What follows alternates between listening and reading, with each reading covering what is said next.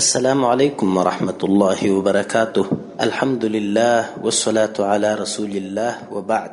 ښاغلو دوستانو، لمانځه زده کړه دریم درس د لمانځه اهمیت او مقام ته ځانګړی سوی دی. دوستانو، لمونځ په اسلام کې دوهم رکن دی، لکن د ټولو عباداتو جامع عبادت دی او په ټولو اعمالو کې لومړی مقام د لمانځه دی. نبی کریم صلی الله علیه وسلم الله تبارک وتعالی د خپل دیدار د پاره د معراج په سفر باندې عالم بالا ته طلب کړي. کله چې واپس د معراج څخه راتلی، نو الله تبارک وتعالی دغه الهي تحفه ورکړل چې ستا و امتیانو ته امر وکړه چې دغه لمونځ کوي. په احادیثو مبارکو کې پوره تفصیل دی. او لمونځ دوستانو الله تبارک وتعالی ته د نږدې کېدو تر ټولو اهمترینه ذریعه او وسیله ده.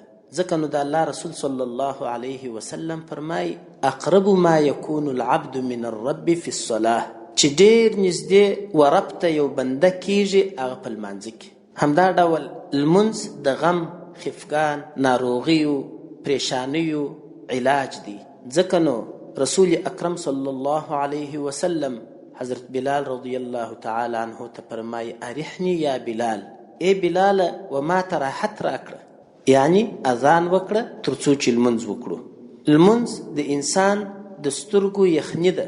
لمونځ یو ډیر لوی راحت دی. لمونځ آرام او سکون دی.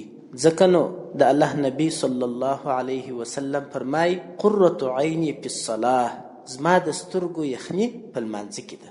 حدیث شریف کې راځي رسول اکرم صلی الله علیه وسلم فرمای په قیامت کې لومړی پوښتنه د لمانځه ده. که چیرې د انسان لمونځ درست او صحیح ثابت سو، ورپسې ټول اعمال صحیح او سالم ثابتیږي. او که چیرې په لمانځه کې خرابي راسي او لمونځ ثابت نسی، نو نور اعمال هم خراب ثابتیږي. والسلام علیکم ورحمة الله وبرکاته.